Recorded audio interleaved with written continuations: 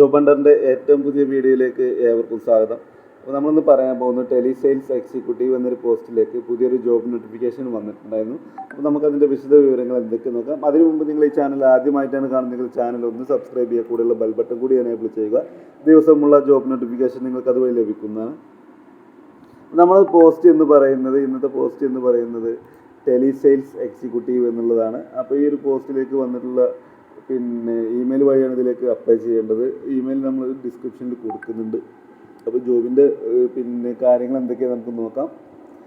Out bound call, sales target achievement, product knowledge, client relationship building, lead generation, reporting, ഇങ്ങനെ കുറച്ച് കാര്യങ്ങളാണ് preferred സ്കില്ലായിട്ട് വരുന്നത്. അപ്പോൾ നമ്മൾ ഇതിൻ്റെ ഡിസ്ക്രിപ്ഷനിലേക്ക് വരികയാണെന്നുണ്ടെങ്കിൽ we are looking a dynamic and motivated sales executive എന്നാണ് പറഞ്ഞത്. ഔട്ട് ബൗണ്ട് കാള് എന്ന് പറയുന്നത് കണ്ടക്ട് ഔട്ട് ബൗണ്ട് കാള്, അതുപോലെ സെയിൽസ് ടാർഗറ്റ് അച്ചീവ്മെൻ്റ് ഉണ്ട്.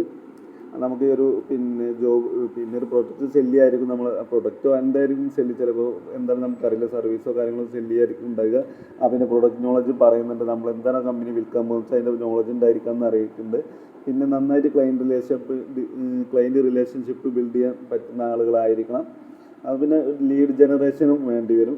റിപ്പോർട്ടിങ്, നമ്മൾ ജോലി ചെയ്യുന്ന സമയത്ത് നമ്മൾ കറക്റ്റ് റിപ്പോർട്ടിങ്ങും കാര്യങ്ങളും ഉണ്ടായിരിക്കണമെന്നും അവർ അറിയിക്കുന്നുണ്ട്.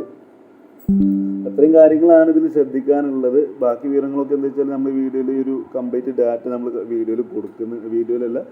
വീഡിയോൻ്റെ ഡിസ്ക്രിപ്ഷനിൽ കൊടുക്കുന്നുണ്ട്. താല്പര്യമുള്ളവർക്ക് അവിടെ നിന്ന് അപ്ലൈ ചെയ്യാം. അതുപോലെ ഇമെയിൽ അഡ്രസ്സ് നമ്മൾ കൊടുക്കുന്നുണ്ട്, അപ്ലൈ ചെയ്യാൻ പറ്റും. നിങ്ങൾക്ക് CV അയച്ചു കൊടുത്ത് നിങ്ങൾക്ക് ഇതിലേക്ക് അപ്ലൈ ചെയ്യാൻ പറ്റും. അപേക്ഷ സ്വീകരിക്കുന്ന അവസാന തീയതി പറയുന്നത് April 19 വരെ നിങ്ങൾക്ക് ഇതിലേക്ക് ഓൺലൈനായിട്ട് അപ്ലൈ ചെയ്യാൻ പറ്റും.